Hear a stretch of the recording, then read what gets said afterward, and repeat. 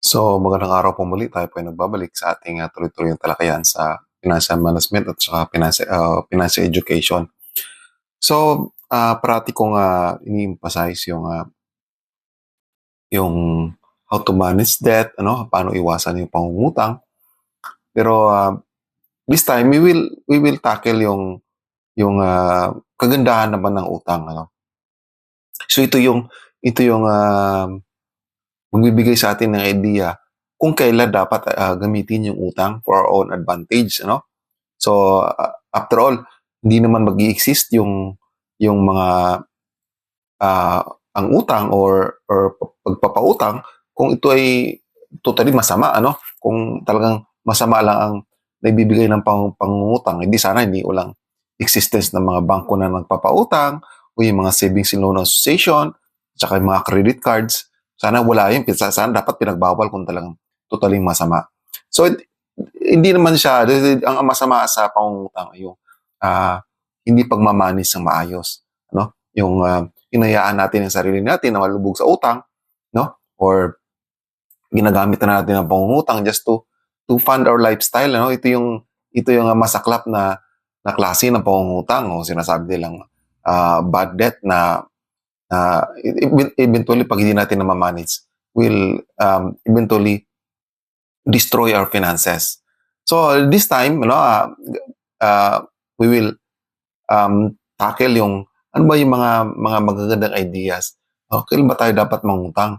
At kailan natin gamitin ang utang for our own advantage and for our own development as we journey towards our financial freedom. So para sa mga OFWs at saka sa mga uniformed personnel, isa ito sa pinakamagandang gamitin ang utang as a way to invest, to have this income generating asset na kahit sabihin natin inutang natin ito, it will generate income in such a way na yung pagbabayad ng utang ay kaya niyang i-finance yung magiging income ng asset na ito. So una is very practical na investment is yung real estate, So I'm referring to yung mga real estate na talagang sigurado, huwag tayong bumili ng yung mga rights lang, yung mga walang title ng mga real estate, kasi pag pumalpak, pagka ma-find out natin later on, mayroon palang pagmamayari na iba, sa maliban sa ating pinagbilan, it will create a big problem. So invest in real estate, or housing. So ito yung pinaka practical. So hindi lang ito na maring titira natin later on. Let's say, yung sa mga uniform personnel, yung mga nakatira pa sa mga housing, na meron pang privilege sa makatira sa mga housing na libre, we should start investing sa mga real estate.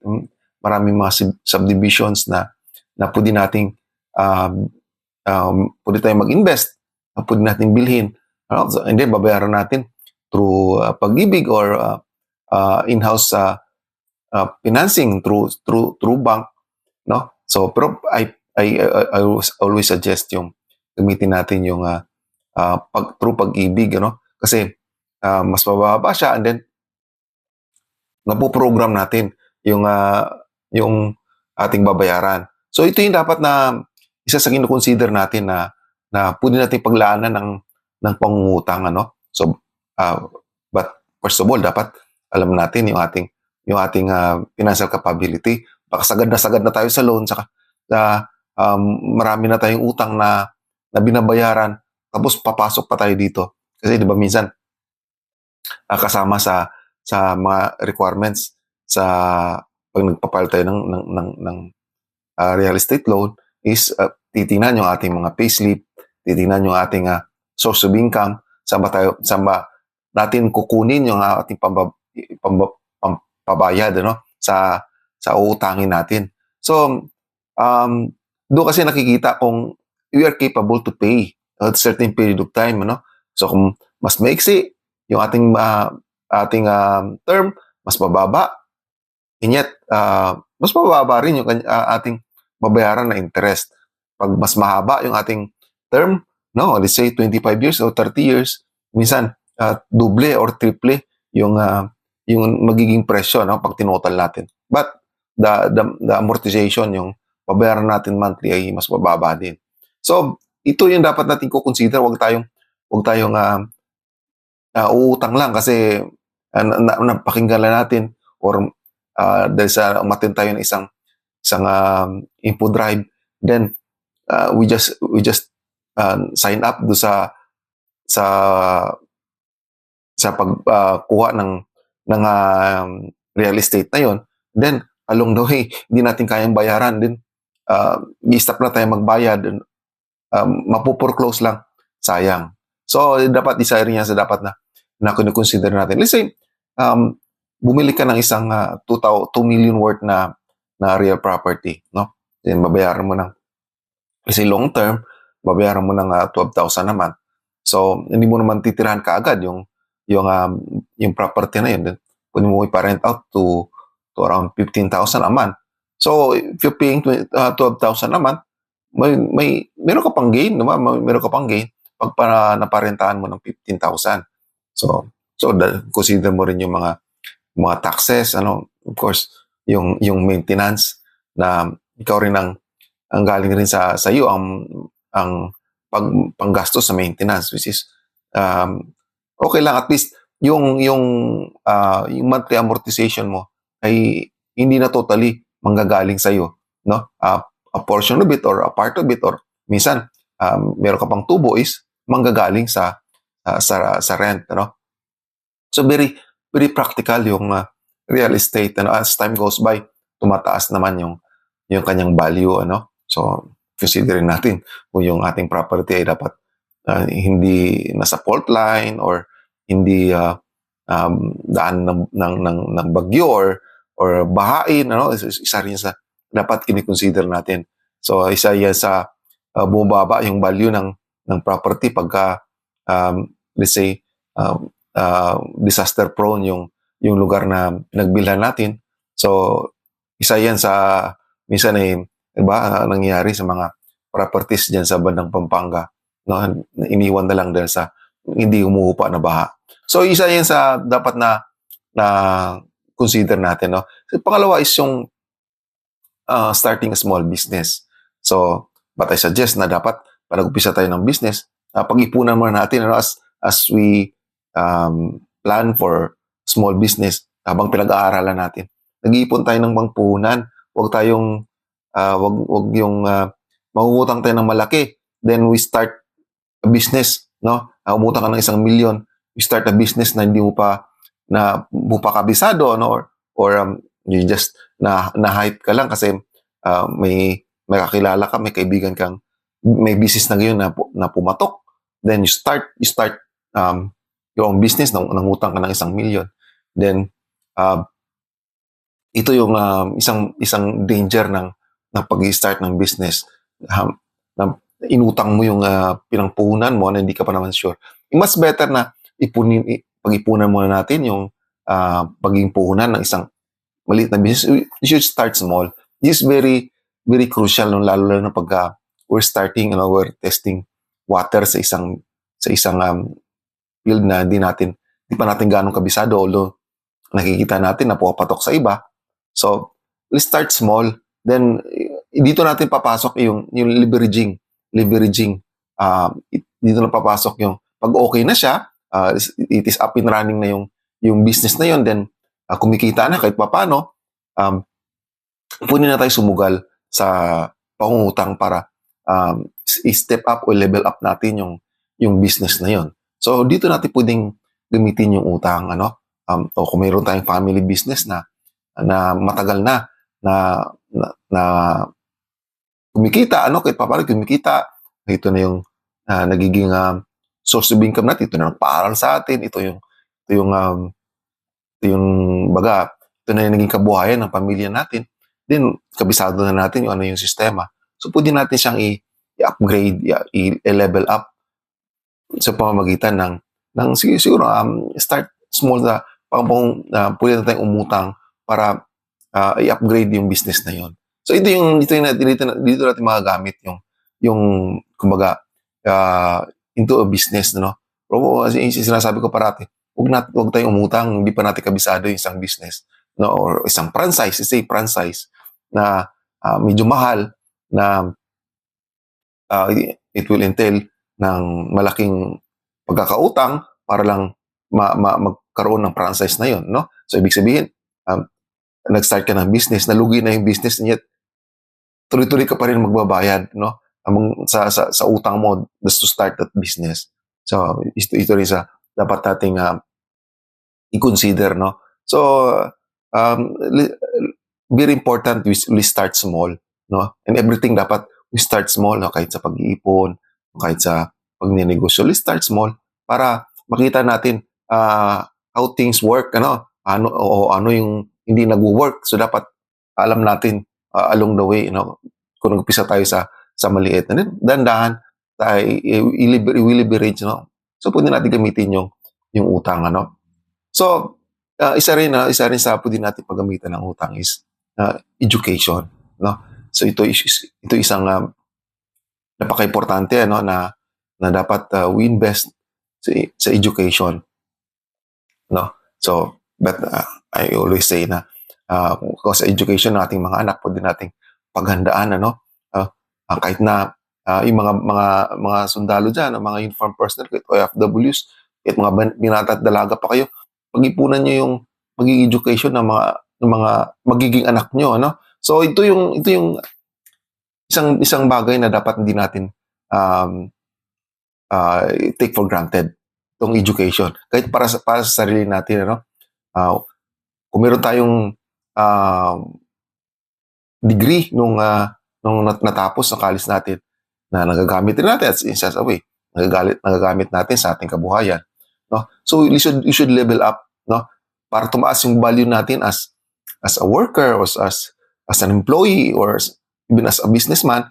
So dapat ina-upgrade natin yung ating kaalaman, ating skills, yung ating there are lots of seminars na ino-offer sa market just for us to to enhance our capabilities, our skills.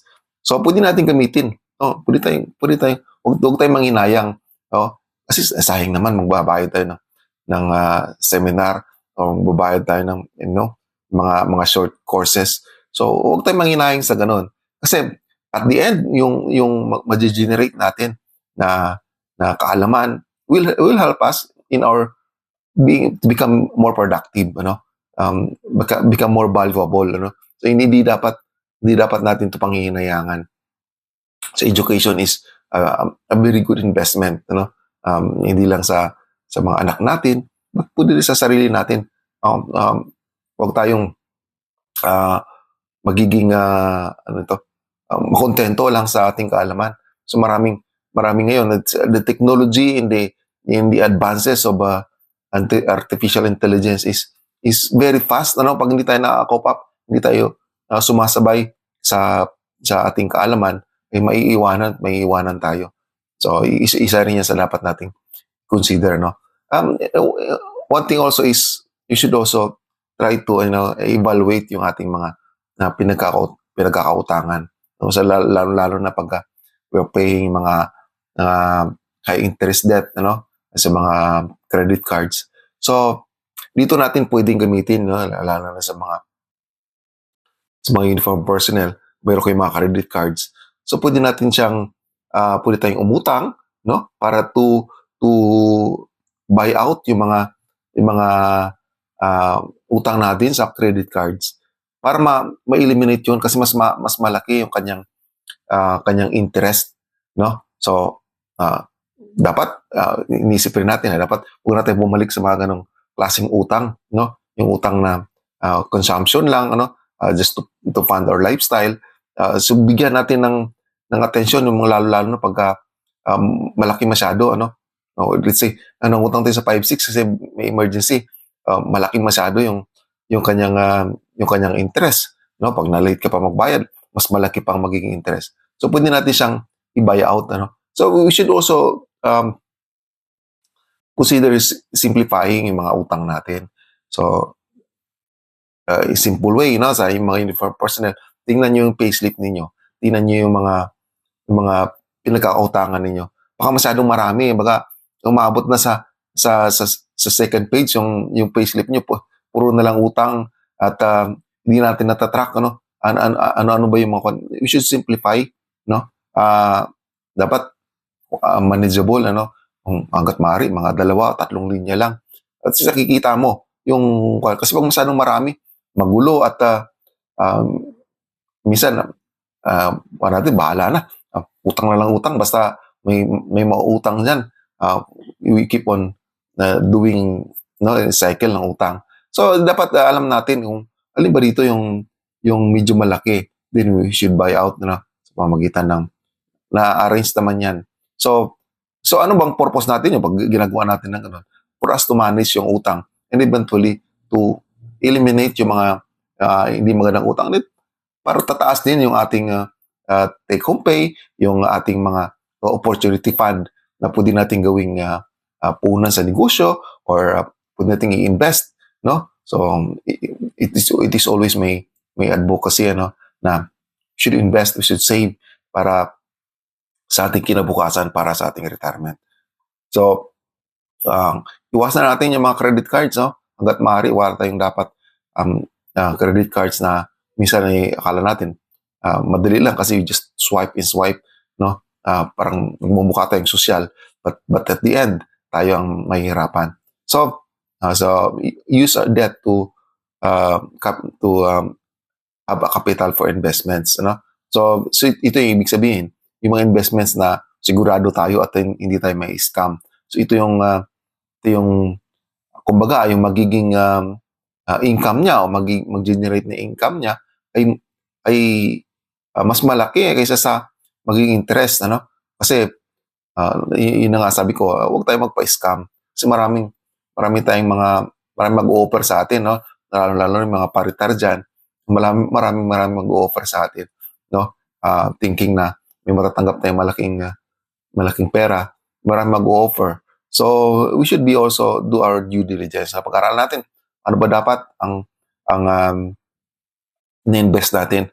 So but this is very dangerous, ano, pagka ay pangutang natin yung mag-i-invest natin. So yan ang parating ko sinasuggest sa uniform personnel. Dito na tayo mag-invest sa mga savings and loan association na sigurado, kasi sigurado tayo na maraming mangungutang.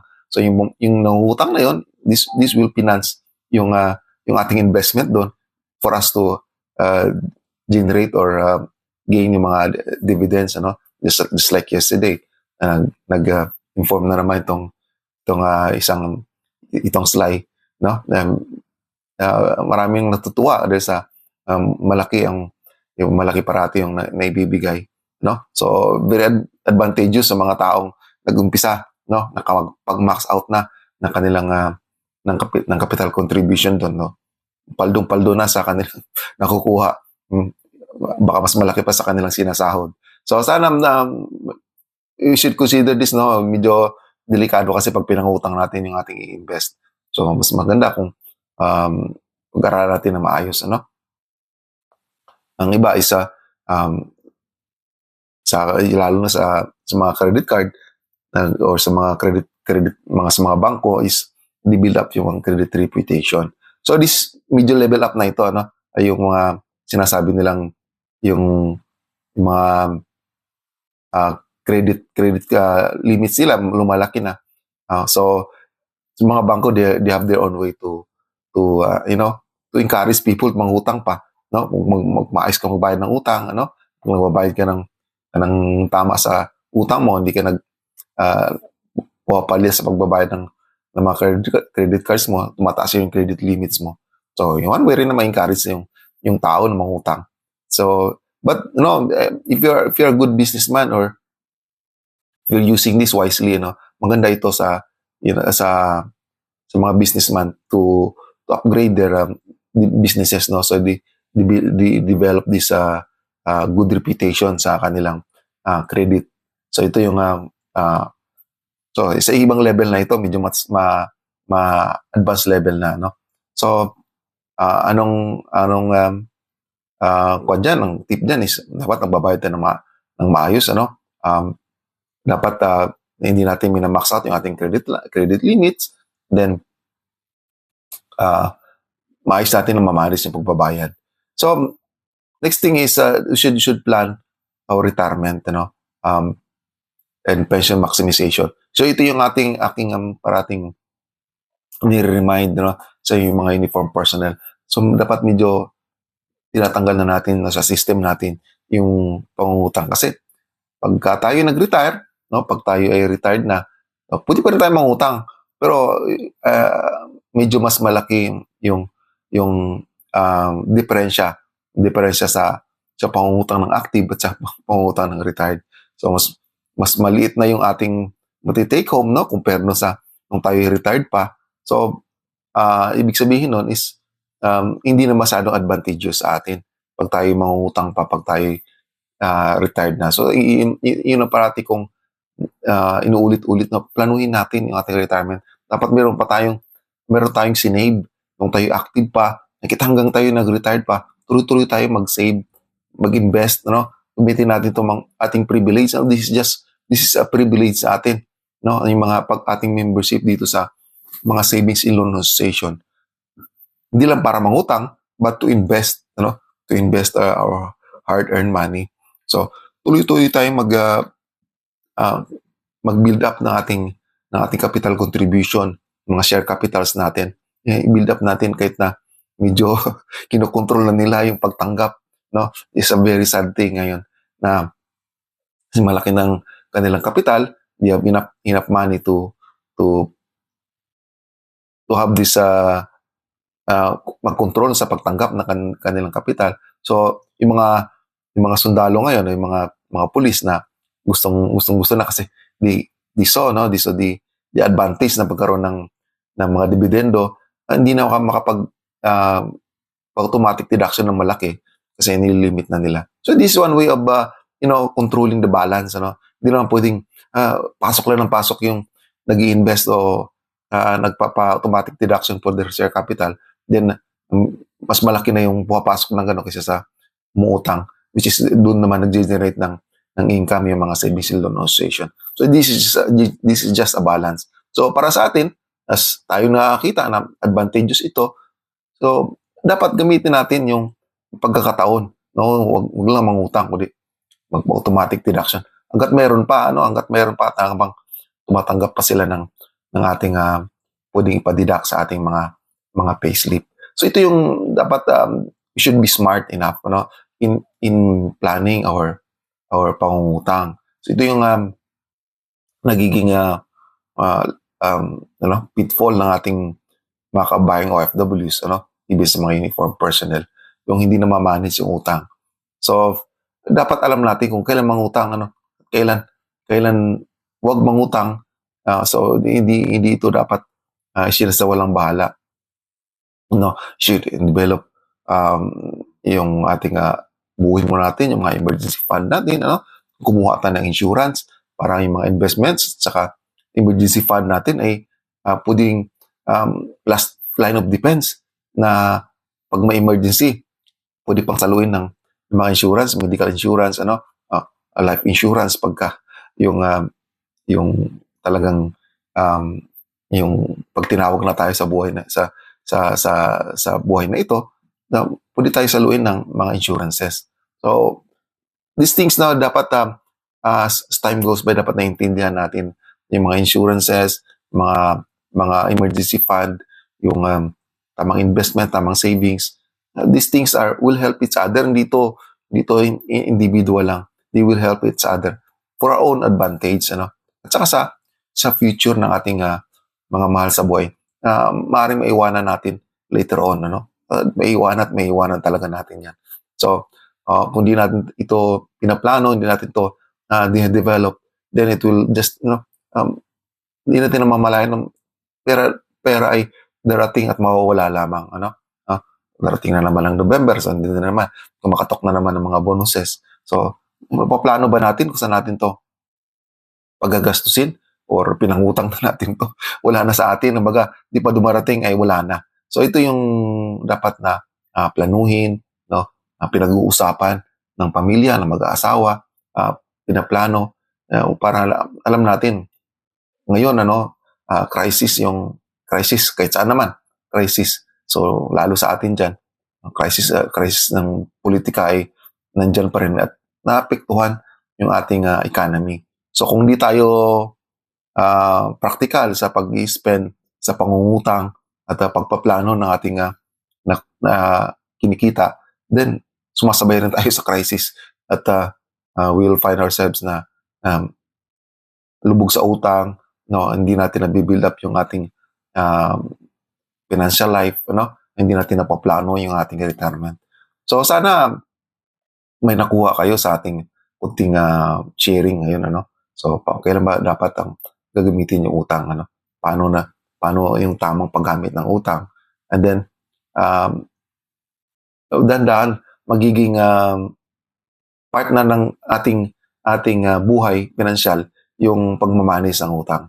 So as I said, pag namanis natin ng utang na maayos, pag nagamit natin ng maayos ng utang, it will help us in our financial growth, so dapat alam natin yung mga bagay-bagay na ito. So paano natin ito malalaman? Through continuous financial education. Mag-aaral tayo, magnilay, di lang nag-aaral. Pag nilayan natin, we reflect kung ano ba ang nangyayari sa aking buhay pinansyal. Then eventually, pag namamanis ng maayos, it will give us yung peace of mind, yung kapayapaan na ating parating pinagdadasal at na we have this peace of mind na bukas ay meron pa tayong gagastusin. Pag dumating emergency ay meron tayong mahuhugot. So marami pong salamat at sana po ay may natutunan kayo sa ating kunting sharing.